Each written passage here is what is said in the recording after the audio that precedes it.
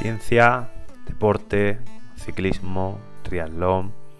Esto es Training for All, tu podcast de referencia. Bueno, yo creo que ya podemos dar por iniciado el directo de hoy, ¿no? Bueno, vamos a iniciar el directo de hoy. Como luego vamos a grabarlo para YouTube, pues le voy a dar como una pequeña intro. Bienvenidos a todos. Hoy traemos 3 nuevos temas. Como cada martes de final de mes, el último martes del mes siempre vamos a tener un directo. El único que no lo hicimos fue en diciembre, por motivo obvio, estábamos de celebraciones. Y bueno, ya volvemos esta semana. Para hoy traemos 3 temas. El primero de ellos va a ser suplementos, sobre todo que tengan evidencia. También supongo que saldrán aquellos que no tienen evidencia para que los descartéis. También podéis ir dejando cuáles son, por ejemplo, los suplementos que soléis tomar. Así también nosotros podemos hacer una idea de si hay alguno del que merezca la pena hablar, pues lo podemos discutir un poquito en directo. Anunciamos que no vamos a ser muy extensos en los temas porque tampoco da mucho tiempo. El tiempo máximo que tenemos es hasta las 9 aproximadamente. Y tenemos que tratar 3 temas, 2 más, que son métricas de Training Peaks, que yo traigo un contratema a las métricas de Training Peaks, que bueno, son muy útiles, pero se tienen que contrastar con la carga interna y no siempre pasa. Y por último, tips para rodillo.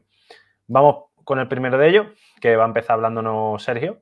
A ver qué tiene que contarnos y luego entraremos un poquito en materia. Pues bien, bueno, el primer tema que traemos es el de los suplementos. Englobamos aquí suplementos con un uso deportivo, o al menos ese sería el primer objetivo, digamos, que podría tener. Ya veremos que podemos encontrar diferentes grupos, pero bueno, como principalmente nuestra audiencia va a ser gente, pues... lo que nuestra audiencia... joder, ya me ha liado. En fin, como iba diciendo, que nuestra audiencia pues, normalmente son deportistas, entonces pues nos centraremos un poquito más en suplementos con evidencia científica, pero para un contexto deportivo. En primer lugar, lo que vamos a hacer es definir lo que sería un suplemento, ¿vale? Vendría a ser un alimento, un componente alimentario, nutriente o un compuesto no alimentario que se ingiere a propósito, además de la dieta que normalmente hagamos, y que tiene un objetivo de lograr precisamente un beneficio. Puede ser para la salud, para el rendimiento o para ambos, ¿vale? Aquí, como decía, lo podemos tomar para salud, es decir, hay suplementos que la gente toma incluso sin hacer deporte para mejorar su salud. Ahí podríamos englobar pues, los típicos multivitamínicos, suplementos de hierro, etcétera, porque sí que existen personas que pueden tener anemias y tal, a pesar de no ser deportistas, que a veces, pues bueno, en este mundillo creemos que simplemente una anemia o alguna deficiencia puede ser provocada por el ejercicio, pero realmente hay gente que con una dieta insuficiente o por otros problemas de salud, pues caen en estos déficits, ¿no? Podríamos encontrar varios tipos de suplementos, como por ejemplo los alimentos enriquecidos. Es típico, por ejemplo, ver leches que ponen al menos en el envase que vienen enriquecidas con omega 3 o con diferentes vitaminas. En los cereales de caja también solemos encontrar que vienen enriquecidos con vitaminas. Pues todo esto se podrá considerar suplemento, no el alimento en sí, sino lo que se le añade. Por otra parte, otra forma en que podemos encontrarlo, y esto ya nos sonará más típico a todos, serían los alimentos formulados para un uso deportivo, ¿vale? Productos que proporcionan más energía, por así decirlo, y unos nutrientes convenientes para la práctica deportiva, para aumentar el rendimiento deportivo, ¿vale? Aquí encontramos pues desde los geles, las barritas, proteína en polvo, etcétera. Por eso decía que quizás sea lo más común para todos nosotros. Otra forma en que podemos encontrarlo serían pues, nutrientes por separado, por ejemplo, pues, vitamina D, vitamina C, magnesio, en fin, los típicos suplementos que vienen en formato pues individual, por así decirlo, porque es eso en concreto lo que necesitamos o lo que el nutricionista o el médico nos ha recetado. Y por último estarían un formato que viene pues con multiingredientes, por así decirlo, ¿vale? Aquí podríamos englobar pues desde los multivitamínicos hasta los típicos preentrenamientos, que igual en deportes de resistencia no es tan típico, pero para deportes de fuerza, gente que hace gimnasio y tal, pues sí que se suele tomar. Entonces es un combinado de ciertos suplementos que, bueno, tomados a la vez hacen una sinergia, es decir, un efecto común positivo y que se potencian unos a otros, ¿vale? Bueno, no sé si alguno tenéis algo más algo que comentar, que queréis que nos centremos en uno u otro, o simplemente pues pasamos a... A mí me gustaría que nombraras un poquito quizá la clasificación del ICE para Sí. que la gente sepa lo que es y que les sirva quizás como guía, Vale. porque se va actualizando cada ciertos años y creo que es importante, ¿no? Sí. Bueno, la clasificación que comenta José, al final lo que hace es clasificar los suplementos en función de su evidencia científica.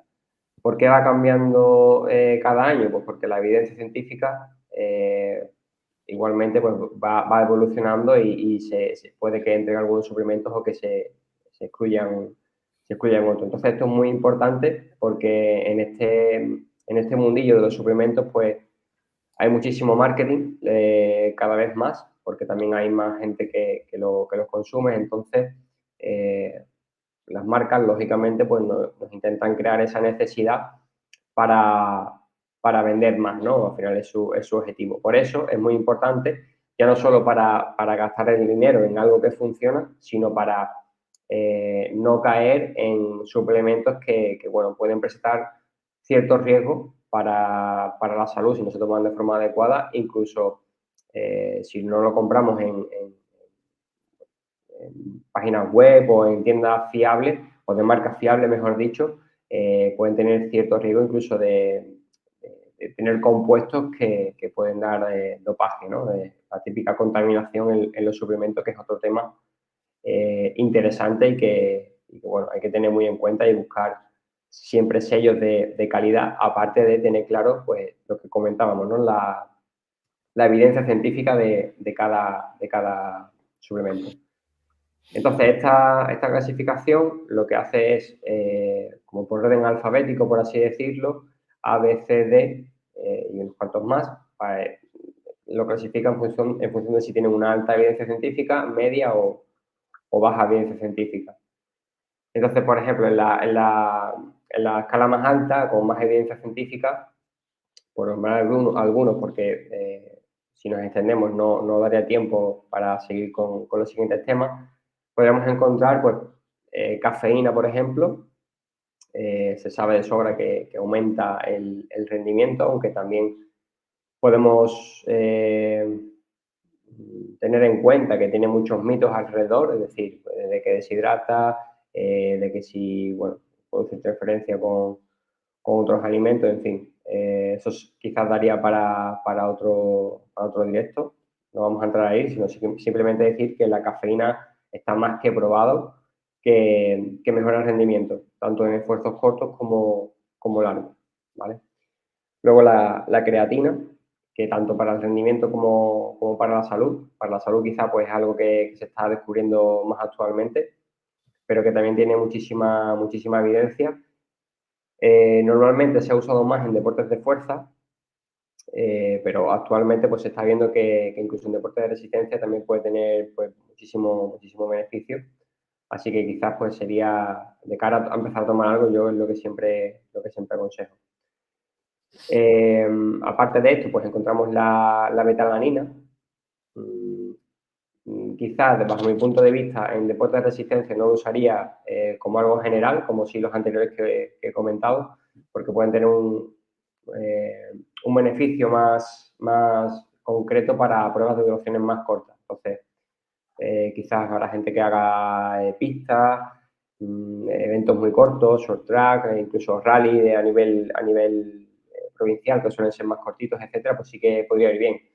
alguien que vaya a hacer tipo gran fondo o maratones de mountain bike de unas 4 horas o así, pues quizás no le veo tanta utilidad, ¿vale?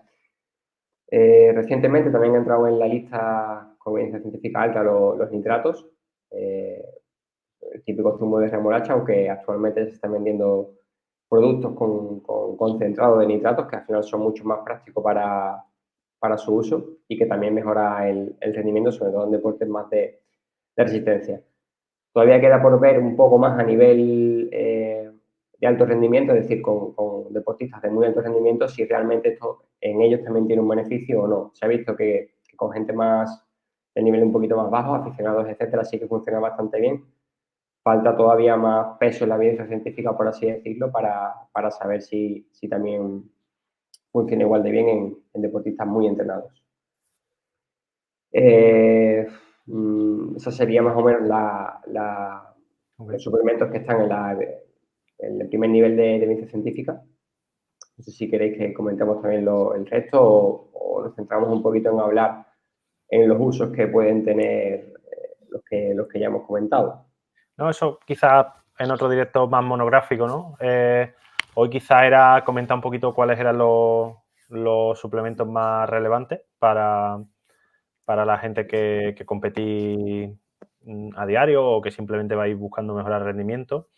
El tema ahora quizás sea pues darle respuesta a la gente, que creo que han hecho 2 preguntas bastante interesantes.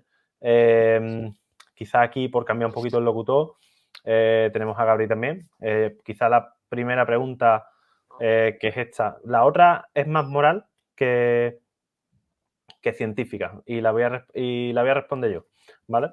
Pero esta se la dejamos a Gabri, por ejemplo. Me gustaría saber sobre las bebidas de recovery después de las carreras, ¿cuáles recomiendan? Es decir, si realmente tiene sentido un recovery como tal, de manera, yo entiendo como recovery a aquel que se vende comercialmente como recovery. Es decir, no un recovery preparado por nosotros para lo que sea, ¿no? Y si realmente tiene sentido o no tiene sentido.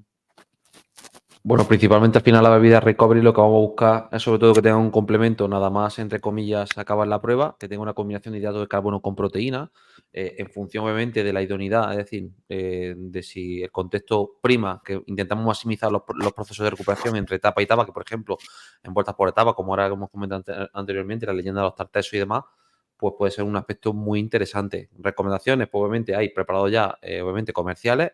Nosotros creo recordar, no sé, puede ser que tengamos un vídeo en el canal de la empresa de YouTube hablando del recovery de leche con cacao, ¿puede ser?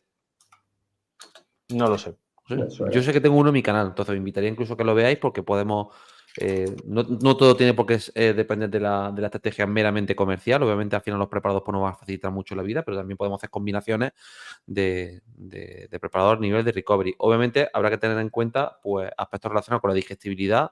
Por ejemplo, lo más común o el más barato, entre comillas, puede ser el uso de la propia leche. Leche con cacao, Nesquik, obviamente, puede ser un aporte que tenga una buena cantidad, sobre todo en cuanto a lo que es proteína y hidrato de carbono. Y lo que buscamos siempre, en la mayoría de ocasiones, es intentar, aunque bueno, una cosa y un debate que ya está un poco más pasado, la famosa ventana anabólica, que se decía anteriormente que, bueno, que hasta una vez que haya acabado la actividad física, que tenía hasta 2 horas para hacer y maximizar el aprovechamiento de la proteína. Eso ya se está viendo cierta evidencia que, entre comillas, está poniendo ya obviamente un poco en debate, ya se lleva ya años hablando sobre ese aspecto, pero sobre todo sí es cierto que es muy interesante cuando necesitamos maximizar la recuperación de cara al día siguiente.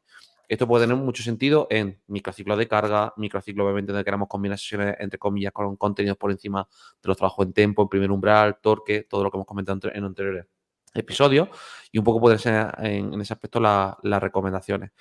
¿Qué cantidades podrían buscarse? Pues bueno, hay estudios que invitan a estar en torno a aportes mínimos en torno a 25 o 30 gramos de proteína en combinaciones con otros 25 o 30 gramos de hidratos. He visto estos estudios que han metido hasta 60, 70 gramos, 80, 90, también en función de los metaanálisis de hidratos de carbono más proteína.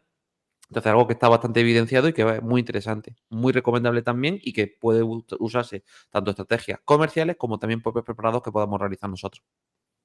Yo voy a añadir una cosa, ¿vale? A ver, evidentemente, cuando uno recurre a la palabra recovery, lo hace porque lo que va buscando es maximizar la recuperación. También cuando toma proteína y demás. La nutrición es una de las partes del de la recuperación. La otra parte está muy relacionada con la velocidad enzimática. Cuando tú generas un gasto enorme por una competición o por un entrenamiento muy duro, una de las cosas por las cuales al día siguiente no puedes volver apretado o duelen las piernas es porque la velocidad enzimática se ha reducido. Os pongo en contexto. Imaginaros que estáis tomando creatina y que estáis intentando rellenar los tanques de fosfocreatina para mañana sprintar otra vez. Si la creatina quinasa está alta, mañana no vayas a sprintar por mucha creatina que tú metas, porque tú tienes el combustible, pero no tienes el trabajador que lo rompe, por lo cual no puedes utilizar ese combustible. Es como el que tiene un tío en Granada, que ni tiene tío ni tiene nada. Entonces, no pasa lo mismo con otros, ¿cómo te digo? Con otros sustratos energéticos. Cuando vaya la glucólisis lenta, en este caso, si necesitáis ATPasas para romper moléculas de ATP en ADP, pues por mucho hidrato de carbono que tú tengas o muchas grasas que tú tengas, si no tienes la enzima disponible porque la velocidad enzimática está bajita, por mucha nutrición que tengas, no vas a recuperar. Es decir, no achaquéis que un producto va bien o va mal, y voy por ahí, por el simple mero hecho de que al día siguiente no haya piernas. La recuperación tiene muchas patas, una de ellas es la nutrición, y no tenéis que sesgar vuestra visión de un producto simplemente porque al día siguiente pues no estáis bien. Pues muchas veces puede haber muchos más factores que hayan influido. En esto de la velocidad enzimática probablemente tenga mucho más que ver el pico que hayas alcanzado de gasto en el día de la prueba o en el día del entreno y la falta de recuperación posterior. Posterior me refiero al descanso, al sueño y demás, que la propia nutrición en sí. Por lo cual, simplemente para que lo tengáis en cuenta. Y luego, yo iba a también es responder a la importante pregunta. comentar, ¿no, José? Sí. En relación a eso, también comentar los ciclos o, bueno, la periodización, ¿no?, de la nutrición, que bueno, aquí Sergio y Gabri sabrán más del tema, que son los que se encargan, pero yo he encontrado particularmente muchos casos de gente que al final está tan acostumbrado a tomar un suplemento todo el año que ya no supone, digamos, un Tiene un efecto estímulo. ergogénico. Luego también otro apartado importante es que ante la misma nutrición hay que ver también las características fisiológicas de los deportistas. Por ejemplo, si comparamos también dentro de lo que ha comentado José, características relacionadas con los sprinters respecto a gente de comillas más oxidativa o fondistas, eso también es un aspecto muy importante. Los sprinters tienen unas demandas calóricas, más que calóricas, en cuanto a necesidad de hidrato, muy grandes. De hecho, cito aquí también a nuestro compañero Javier Sola, que en muchas formaciones, por ejemplo, lo hemos visto con él, que cuando se trabaja con sprinters, ciclistas sprinters en este caso, muchas ocasiones parece que como que andan casados por la vida. Y no es otra cosa que debido a la gran capacidad glucolítica que tiene este tipo de deportistas, las demandas de hidratos son muy superiores todavía. Aunque tengamos unas demandas estandarizadas como que son las de Jockey, Enduro o la de Bulk, también tenemos que hacer también consideraciones específicas en base al rol del deportista, con lo cual eso es también uno de los aspectos que en muchas ocasiones también puede influir dentro de los procesos de recuperación, que eso también es clave. Claro. Bueno, yo me gustaría terminar con el tema, llevamos 22 minutos y hay que saltar al siguiente. Entonces, le voy a dejar a Jesús la pregunta de Carlos Lobato, que bueno, no he seguido nuestro también en redes de Instagram, si no recuerdo mal, y además es conocido nuestro. Lo único, yo te pido que le respondas desde la parte moral, ¿vale? De si es necesario. A lo mejor, si la persona está disputando a nivel alto, ¿no? Pues a lo mejor, ¿no? Pero yo te voy a dejar que respondas a ti. La iba a responder yo, pero yo he hablado ya mucho. Así que dale tú. A ver, si nos vamos desde el punto de vista del rendimiento, obviamente habrá una mejora y a nivel físico, por supuesto que lo aceptaría, pienso que positivamente, ¿no? Habrá que ver el caso, pero después está la parte, como dice José, ¿no? A nivel moral, si ya desde un chico que es menor de edad tenemos que priorizar aspectos como es la suplementación por encima del descanso, del disfrute y de otros factores a nivel biomecánico, en fin, que podríamos atajar antes que entrar ya en el tema de la suplementación deportiva quizás tan pronto, ¿no? 16 años, yo creo que está ahí la frontera, ¿no? Un poco de empezar, también como dice José, en función de si ya está a un nivel u otro, si está en semiprofesionales, si está ya dando el salto, si es a nivel regional o si es para ganar la carrera del pueblo. Entonces habría que valorar un poco, ¿no? Si no sé el nivel de este chico, de esta persona, pero yo pienso que hay otros aspectos antes que tratar que una suplementación en estas categorías tan pequeñas. Yo voy a dar mi Claro, opinión y... como he dicho, algo importante o se esté jugando el paso a un equipo profesional. Yo voy a dar mi opinión y yo creo que, aunque nos pasemos de tiempo, creo que esto merece la pena. Yo más que, bueno, la edad es importante, pero creo que el nivel no es tan importante y lo que priorizaría yo, como opinión personal, repito, es la educación nutricional. Lógicamente, pues cuanto más joven sea la persona, pues por el tiempo que lleva, ¿no? Es más lógico que no tenga esa educación nutricional. Entonces, yo lo que priorizaría, tenga 16 años o tenga 30, porque también hay personas que lógicamente pues acaban de empezar en este mundillo y no lo saben, es que ningún suplemento para mejorar el rendimiento deportivo es necesario. Otra cosa es tema de salud. Es decir, si tienes una incidencia, tienes una anemia, pues eso es una necesidad porque te lo manda el médico. Pero en ningún caso un suplemento es necesario para mejorar. Sería necesario en el caso de que ya todo lo anterior esté perfecto. Es decir, que toda la nutrición esté perfecta, que el descanso esté perfecto, que el entrenamiento esté bien controlado y también. Entonces yo lo que priorizaría es enseñar al chaval a comer bien, a la importancia del descanso y a hacer los entrenamientos pues, como tocan, en el caso de que se los ponga un entrenador, o pues incitarlo, digamos, a que se forme un poquito con lecturas así más básicas en cuanto al entrenamiento. Perfecto, pues bueno, vamos a dar por terminado el tema. La reflexión es súper interesante, evidentemente.